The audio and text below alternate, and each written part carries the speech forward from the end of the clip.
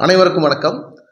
வாழ்க்கையில் பிறப்பு இறப்பு இந்த ரெண்டு விஷயமும் நிச்சயிக்கப்பட்ட ஒன்று. ஒரு நாள் பிறக்கிறோம், ஒரு நாள் இறக்குறோம்.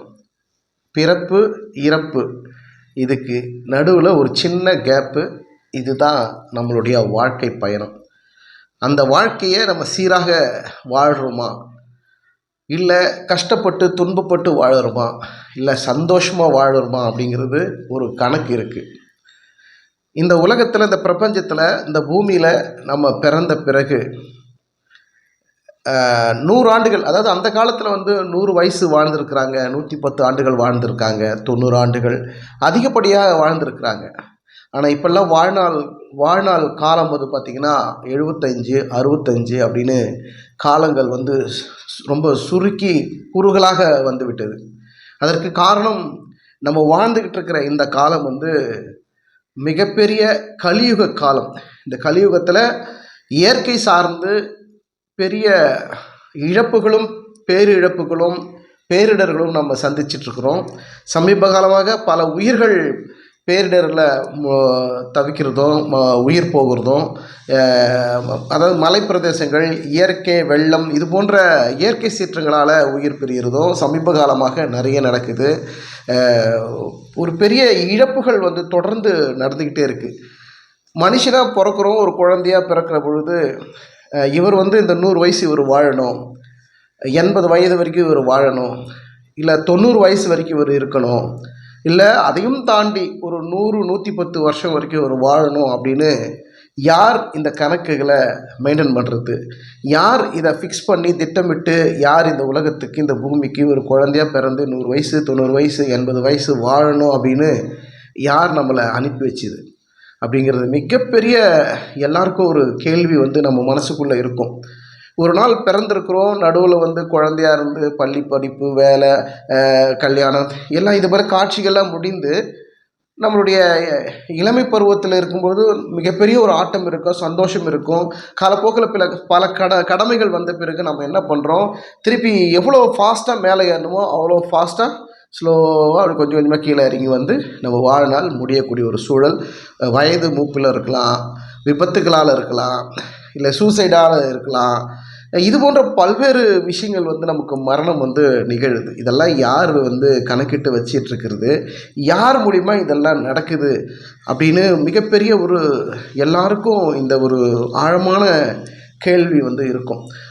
சித்தர்கள், ஞானிகள், மகான்கள் எல்லாம் பல்வேறு வடிவங்களில் அவங்கெல்லாம் நிறைய கருத்துக்களை சொல்லி வச்சுருக்குறாங்க. நம்ம புதுசாக ஒன்றும் சொல்கிறதுக்கு இல்லை, ஏற்கனவே பல விஷயங்கள் சொல்லப்பட்டிருக்குது.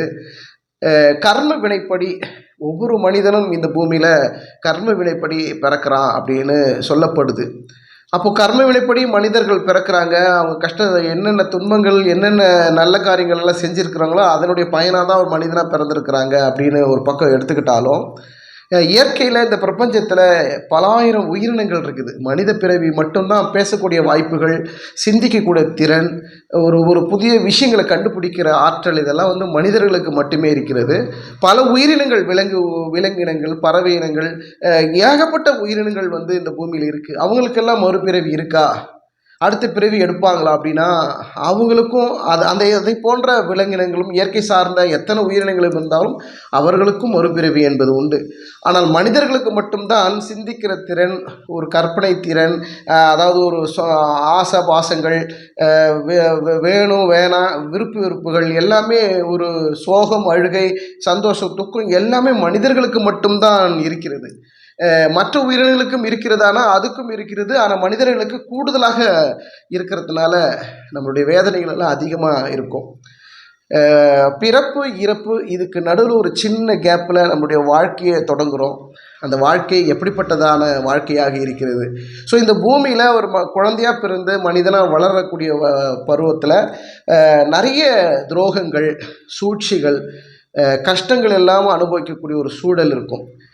குறிப்பாக பார்த்தீங்கன்னா, ஆன்மீகத்தில் பொறுத்த வரைக்கும், ஆன்மீகம்னா இது ஒரு தொழில் சார்ந்து இது ஆன்மீகம் என்பது ஒரு பிஸ்னஸ் அப்படிலாம் ஒன்றும் கிடையாது. நம்மை நாமே அறிந்து கொள்வதற்காகவும் புரிந்து கொள்வதற்காகவும், நம்ம ஏன் இந்த உலகத்தில், இந்த பூமியில் பிறந்திருக்கிறோம் அப்படிங்கிற விஷயத்தை தெரிஞ்சுக்கிட்டு சந்தோஷமாக நாட்களை கழித்து வந்த பயனை அடைந்து மீண்டும் பிறவா நிலையை அடைவதற்காகத்தான் இந்த பூமியில் வந்து பிறந்திருக்கிறோம். அது தெரியாமல் நம்மெல்லாம் நிறைய பேர் என்ன பண்ணுறோம், மீண்டும் மீண்டும் அடுத்த ஜென்மம் அப்படின்னு எடுத்துக்கிட்டே இருக்கோம். ஸோ இந்த வீடியோ பார்த்துக்கிட்டு இருக்கிற நீங்கள்லாம் கூட கேட்கலாம், அடுத்த ஜென்மம் அப்படின்னு எடுத்து வந்தவங்க யாருமே இல்லையா, அப்படின்லாம் எதை சொல்லப்பட்டிருக்காங்களா அப்படின்னு கூட உங்களுக்கு மனதில் எழலாம். அந்த காலத்தில் பற்றின சித்தர்கள், மகான்கள், ஞானிகள் எல்லாம் வந்து நிறைய குறிப்பேடுகளில் அவருடைய கருத்துக்களில் சொல்லி வச்சுருக்கிறாங்க. மறுபிறவி என்பது, அதாவது ஏற்கனவே போன ஜென்மத்தில் நம்ம ஏதோ ஒரு கர்ம வினையில் அதாவது நல்ல கர்ம கெட்ட கர்மா, நல்வினை செய்வினை ரெண்டுமே இருக்கிறது. அந்த ரெண்டு பலாபலன்கள் பொறுத்து தான் நம்ம இந்த ஜென்மத்தில் இந்த மனித பிறவியில் நம்ம இருக்கிறோம். சில பேர் சொல்லுவாங்க பாருங்கள், போன ஜென்மத்தில் என்னவா இருந்தாலும் தெரியல, இந்த இதில் வந்து இவ்வளோ துன்பப்படுறான், இவ்வளோ கஷ்டப்படுறான், வேதனைப்படுறான் நம்ம சொல்லி கேள்விப்பட்டிருக்கோம் பார்த்தீங்களா. இதே இன்னொரு வகையிலையும் திட்டுவாங்க, நீ இவ்வளோ அட்டூழியம் பண்ணுற, அக்குறும்பு பண்ணுற, நீ அடுத்த ஜென்மத்தில் நீ என்னவா பிறக்க போகிற பாரு அப்படின்னு சாப விடுவாங்க. பார்த்துருப்போம் நடைமுறையில் எல்லாரும் பேசக்கூடிய வார்த்தைகள் இது. நம்ம பாவ கணக்குகள், அந்த கர்ம வினை அப்படின்னா, போன ஜென்மத்தில் நம்ம செஞ்ச தப்புகள், அதாவது நல்ல விஷயங்கள், கெட்ட விஷயங்கள், அதெல்லாம் ஒரு கணக்கில், ஒரு மூட்டை கணக்கில் வந்து நோட் பண்ணி வச்சுருப்பாங்க. அதெல்லாம் நோட் பண்ணுறது யார்? இந்த பிரபஞ்சம் தான். இந்த பிரபஞ்சம், இந்த இயற்கை தான் நோட் பண்ணுது. நம்மளை ஒவ்வொரு கணமும் ஒவ்வொரு க்ஷணமும் நம்மளை கண்காணித்து கொண்டிருக்கிறது. நம்ம நினச்சிக்கலாம், ஒரு கிளாஸ் ரூமுக்கு போகிறோம், அங்கே ஒரு வாத்தியார் இருப்பார், ஒரு 30 பசங்க இருக்கிறாங்கன்னா அந்த 30 பசங்களையும் மெயின்டைன் பண்ணுறது தான் அந்த ஒரு வாத்தியார். அந்த 30 பசங்களும் அந்த வாத்தியாருடைய கண்காணிப்பில் இருப்பாங்க. அதுபோல் நம்ம அந்த உலகத்தில் இருக்கக்கூடிய அத்தனை உயிரினங்களுக்கும் ஒரு வாத்தியார் இருக்கிறாங்க, சுப்பீரியர் பவர். அந்த பவர் நம்மளை வந்து கண்காணித்துக்கிட்டே இருக்கும். ஒவ்வொரு கணமும் நம்ம செய்யக்கூடிய செயல், நல்ல செயல், கெட்ட செயல் எல்லாத்தையுமே ஒரு கணக்கு போட்டு தான் வச்சிட்ருக்கோம்.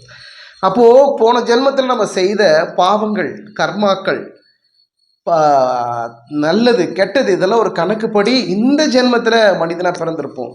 ஸோ சொல்லுவோம். இன்னொரு உதாரணம் பார்த்திங்கன்னா, இந்த மனுஷன் நிறைய உதவி பண்ணுறான்பா, அன்னதானம் பண்ணியிருக்கிறான், வேணுன்ற மக்களுக்கு வாலண்டரியாக போய் உதவி பண்ணியிருக்கிறான், மாணவர்களுக்கு படிக்க முடியாத மாணவர்களை படிக்க வச்சிருக்கிறான், அன்னதான உணவு வழங்கியிருக்கிறான், இப்படிப்பட்ட மனிதர் வந்து 60 வயசுலேயே செத்துட்டாரு, 70 வயசுலேயே சாவறாங்களே, இப்படி இவ்வளோ பெரிய நன்மை செய்யக்கூடிய ஒரு நபர் வந்து 100 வயசு வாழக்கூடாதா, இல்லை 150 ஆண்டுகள் வாழக்கூடாதா, எவ்வளோ பெரிய மனிதன் இவர், நல்ல விஷயம்லாம் செஞ்சுருக்கிறாரு அப்படின்னு பார்த்தா, அப்படி நல்ல விஷயம் செஞ்சவர், தான தர்மம் செஞ்சவர், வேணுன்றவங்களுக்கு ஓடி உதவி செஞ்ச அந்த நல்லுள்ளம் படைத்தவர்கள் பார்த்தீங்கன்னா ஒரு குறுகிய காலத்திலேயே ஒரு 50-60 ஆண்டுகள் அப்படிங்கிற வயதிலே இறந்துருப்பாங்க. இதெல்லாம் ஏன் நடக்குது அப்படின்னா, போன ஜென்மத்தில் அவர்கள் வந்து கர்ம கணக்குப்படி சில தவறுகளோ, கஷ்டங்களோ, துன்பங்களோ, நல்லது கெட்டதெல்லாம் பண்ணியிருப்பாங்க இல்லையா. அந்த கணக்குப்படி இந்த ஜென்மத்தில் அவர் வந்து அதை வந்து அனுபவிக்கக்கூடிய, அந்த பனிஷ்மெண்ட் பண்ணக்கூடிய அந்த என்ன சொல்கிறது, அதுக்குண்டான பனிஷ்மெண்ட்டை அவர் அனுபவிக்கக்கூடிய ஒரு காலமாக இந்த தற்காலம் வந்து அவங்களுக்கு அமையும். அப்போது இந்த ப்ரெசண்ட்டில் இருக்கும்போது அவங்க நல்லது செய்யக்கூடிய எண்ணங்கள் இருக்கும். போன ஜென்மத்தில் பண்ண பாவங்களையும் சேர்த்து அனுபவிக்கக்கூடிய ஒரு சூழல் வரும். அந்த கணக்குலேருந்து யாராலையும் தப்பவே முடியாது. இவர் அன்னதானம் போட்டுட்டார், இவர் வாரி வள்ளல், இவர் வாரி வழங்கிட்டார், நிறைய விஷயம் பண்ணிட்டார் அப்படின்றதுனால அவரை செய்த கர்ம வினையை வந்து கழிஞ்சிடாது, முழுமையாக அழிஞ்சிடாது. அதுலேருந்து ஒரு கொஞ்சம் பர்சன்ட், ஒரு 100% தப்பு பண்ணிக்கிறாங்கன்னா, நீ செஞ்ச நல்ல காரியத்தினால ஒரு 5% வந்து, ஒரு 10% வந்து அந்த கர்மாலேருந்து நீ செஞ்ச நல்லதுக்காக அதை கொஞ்சம் பனிஷ்மெண்ட் குறையுமே தவிர, பனிஷ்மெண்ட்டு தான், அதை அனுபவித்தே தீர வேண்டும். இன்னும் ஒரு படி மேலே போய் பார்த்தீங்கன்னா, இந்த மாதிரி செய்யக்கூடிய கர்ம வினைகளால் போன ஜென்மத்தில் பண்ணவங்க இந்த ஜென்மத்தில் அதை அனுபவிக்கிறாங்க. கண்டிப்பாக அதுலேருந்து தப்பிக்க முடியாது யாராலையும். அதே நேரத்தில் இந்த ஜென்மத்தில் அவர் நல்லது பண்ணியிருப்பார், அப்போது வந்து அவர் செய்த கர்மாக்கள் வந்து குறைஞ்சிடுமா அப்படின்னா, அழிவே அழியாது, குறையவும் குறையாது. போன ஜென்மம் பண்ண தப்புக்கு இந்த ஜென்மத்தில் அனுபவித்து பனிஷ்மெண்ட் ஆகி அவர் அதனால தான் குறுகிய காலத்திலேயே ஒரு 60 வயசு 70 வயசுலேயே சீக்கிரமாக இறப்பதற்குண்டான வாய்ப்புகள் வந்து கிடைக்குது. அப்போ இந்த வாழக்கூடிய அந்த குறுகிய காலத்தில் ஒரு 50 ஆண்டுகள் 55 ஆண்டுகளுக்குள்ளே அவர் செய்யக்கூடிய நல்ல பண்புகள், நல்ல காரியங்கள் வந்து அவருக்கு என்ன பண்ணோம், மீண்டும் அடுத்த பிறவியில் வந்து போன ஜென்மத்தில் பண்ண தப்பு இந்த ஜென்மத்தில் அனுபவிக்கிறாரு. இந்த ஜென்மத்தில் செஞ்ச நல்ல காரியம் அடுத்த ஜென்மத்தில் வேற ஒரு பிறப்பெடுத்து ஒரு ஆன்மா வந்து வேற ஒரு பிறப்பெடுத்து வரும்பொழுது அந்த ஆன்மா ரொம்ப தூய்மையாகவும் ரொம்ப சுத்தமாகவும் ஆரோக்கியமானதாகவும் நீண்ட ஆயுள் கொண்டதாகவும் வாழும். அப்போ வந்து பார்த்தீங்கன்னா அது ஒரு வேற ரேஞ்சு வேற லெவலில் ஒரு பவரில் வந்து வரும். அப்போ இப்போ புரியுதுங்களா? போன ஜென்மத்துல பண்ண தவறனால, அந்த பாவத்தினால, அந்த பனிஷ்மெண்ட்னால இந்த ஜென்மத்துல வந்து அனுபவிக்கிறாங்க. கூடவே இந்த ஜென்மத்துல நல்லது செய்யறதுனால போன கர்ம வினையில கொஞ்சம் குறையும். அடுத்த பிறவி வரும்பொழுது அவங்க வந்து சூப்பரான பவர்ல வந்து வருவாங்க. அப்போ வந்து அந்த பிறவில வரும்போது மீண்டும் பிறவா நிலையை அடைந்து முக்தி அடைவாங்க. இதுதான் வாழ்க்கையினுடைய இயற்கையினுடைய ரகசியம்.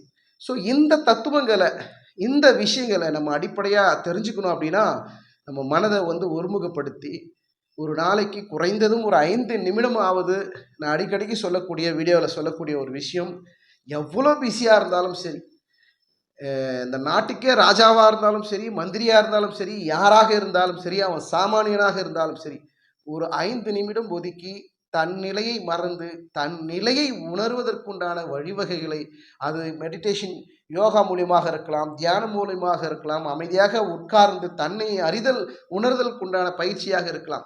இது போன்று அவங்க செய்யும் பொழுது மனது ஒடுங்கும், மனது அடங்கும், ஒருமுகப்படும். அப்போ ஒருமுகப்படும் போது உடம்புக்கு ஒரு ஆரோக்கியம் கிடைக்கும், மனதளவில் சுத்தமான ஒரு ஆரோக்கியம் கிடைக்கும். அப்போ அந்த ஆரோக்கியம் என்பது உடம்பை சரியாக வைத்துக்கொள்வதற்கு அதுவும் ஒரு காரணமாக இருக்கிறது. நம்ம நண்பர்களால், குடும்பங்களால், வேலை செய்கிற இடத்துல, வெளியில எல்லா இடத்துலையும் நம்ம பல்வேறு பிரச்சனைகளை, கஷ்டங்களை, துன்பங்களை அனுபவிச்சிருப்போம், துரோகங்களை அனுபவிச்சிருப்போம். அவர்கள் மூலியமா பல துன்பங்கள் நமக்கு நேரிடும். அது போன்ற நேரங்களெல்லாம் நம்ம மனசு என்ன பண்ணுனாக்கா ரொம்ப சோர்வடையும், அதை ஏற்க மறுக்கும். ஒருத்தர் வந்து செய்கிறேன்னு சொல்லிட்டு செய்யாமல் ஏமாற்றுவார். அது ஒரு மிகப்பெரிய ஏமாற்றமாக இருக்கும். நம்மளுக்கு சொல்லி வச்சு கழுத்தறுப்பாங்கன்னு சொல்லுவாங்க பார்த்தீங்களா, அதை நம்பிக்கை துரோகம்னு சொல்லுவாங்க இல்லையா, அதுபோல் பண்ணும்போது நம்ம அந்த நம்பிக்கை துரோகத்தை அந்த பாதிப்பை வந்து நம்மளால் ஏற்றுக்க முடியாமல் மனது வந்து ரொம்ப கஷ்டப்படும். அந்த டிப்ரெஷன், அதாவது அதுக்குள்ளே ஒரு அழுத்தம் ஏற்பட்டு நம்ம உடம்பே வந்து பாதிக்கக்கூடிய அளவில் மாறும். காரணம் என்னென்னா, நம்ம மனதுக்கும் உடம்புக்கும் மிகப்பெரிய ஒரு நடுவில் ஒரு பாலம் இருக்குது, ஒரு சம்பந்தம் இருக்குது, ஒரு பந்தம் இருக்கிறது.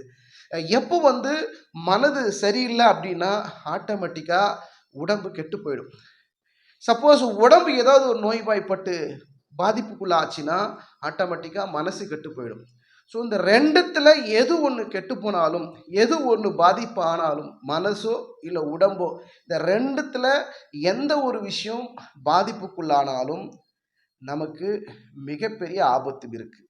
அந்த மனதை ஒருமுகப்படுத்தி தியான முறையில் அதை வந்து சரி செஞ்சு நம்ம வந்து தினமும் ஒரு 5 நிமிடம் 10 நிமிடம் இந்த பிரபஞ்சத்திற்காகவும் நம்ம இந்த உலகத்தில் மனிதனாக பிறந்ததற்கு ஒரு நன்றி கூறும் வகையில் தியானம் பண்ணி அமைதி நிலையை காத்து அதன் பிறகு உங்கள் அன்றாட பயணத்துக்கு வேலைகளுக்கு நம்ம போகலாம்.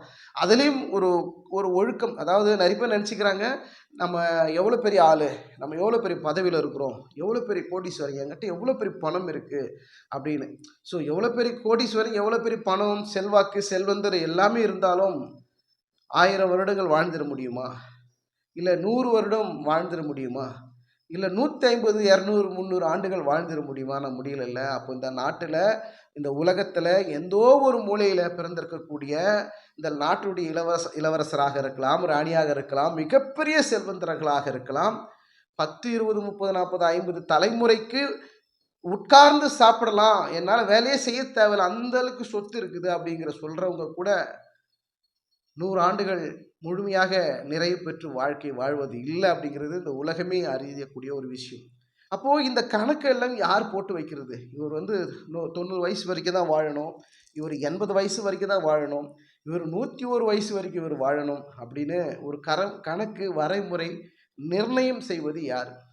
ஒரு திட்ட அளவை நிர்ணயம் செய்வது யார் அப்படின்ற மிகப்பெரிய ஒரு கேள்வி நமக்கெல்லாம் இருக்குது.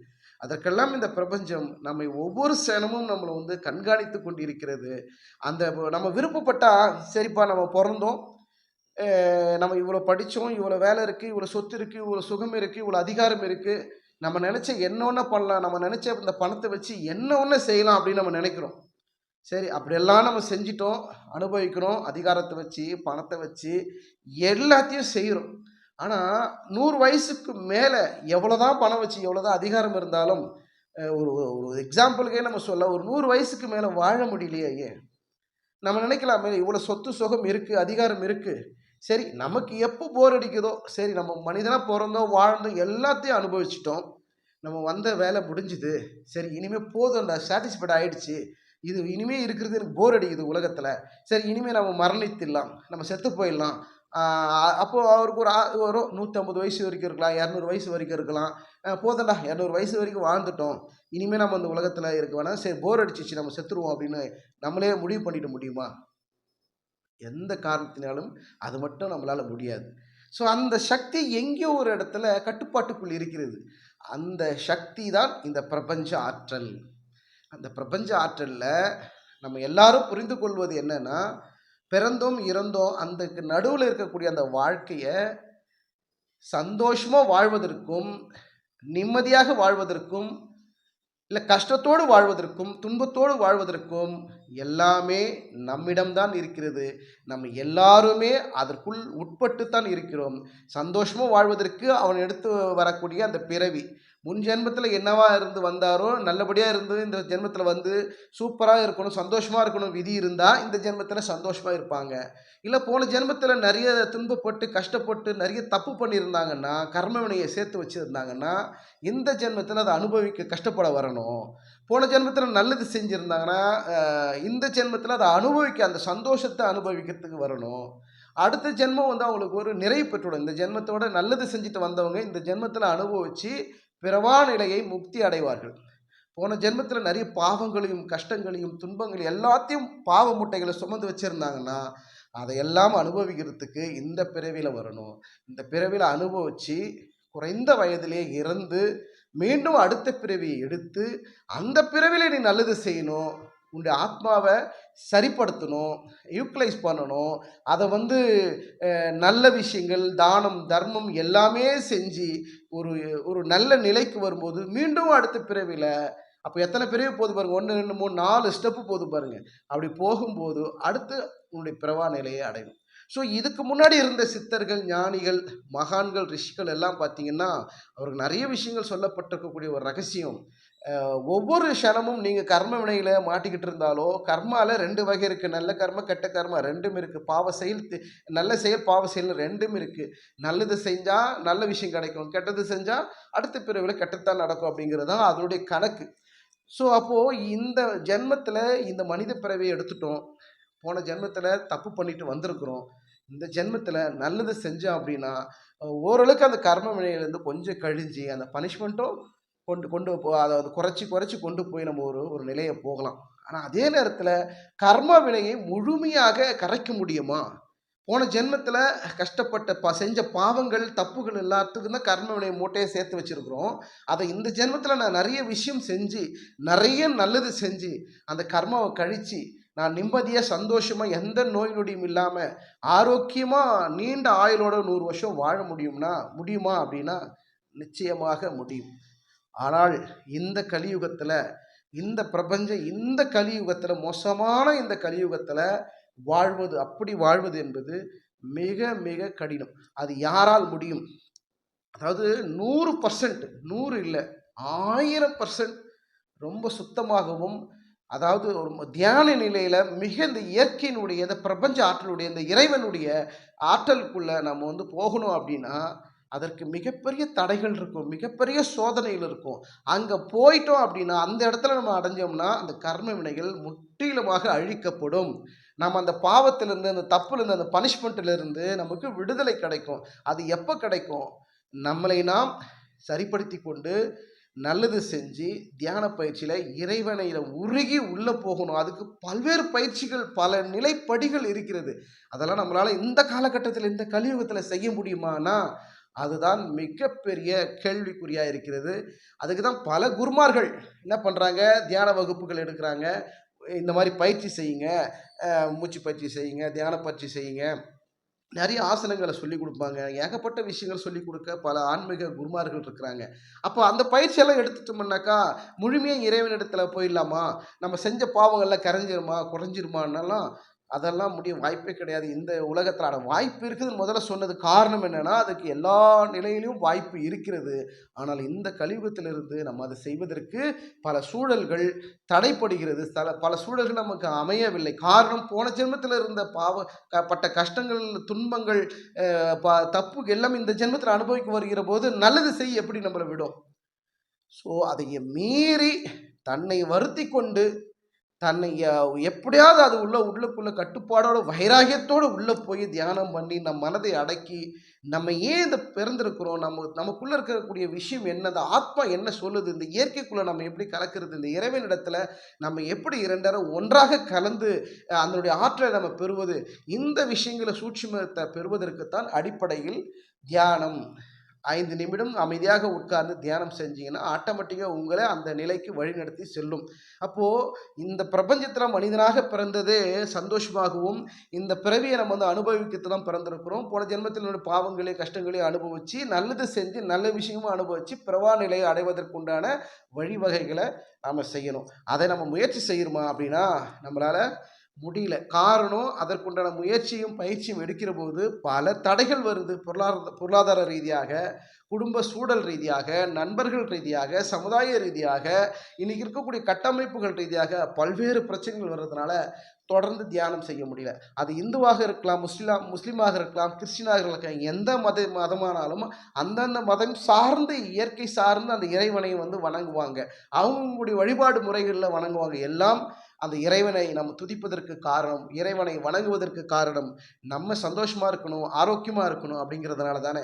அப்போ அந்த ஆரோக்கியத்துக்கும், சந்தோஷத்துக்கும் முக்கிய மூல காரணமா இருக்கிறது அந்த மனசும், இந்த உடம்பும். அந்த மனசு சுத்தமா அமைதியா வச்சிருந்தா தானே நம்ம உடம்பும் ஆரோக்கியமா இருக்கும். அப்பதானே நிம்மதியா, சந்தோஷமா வாழ முடியும்.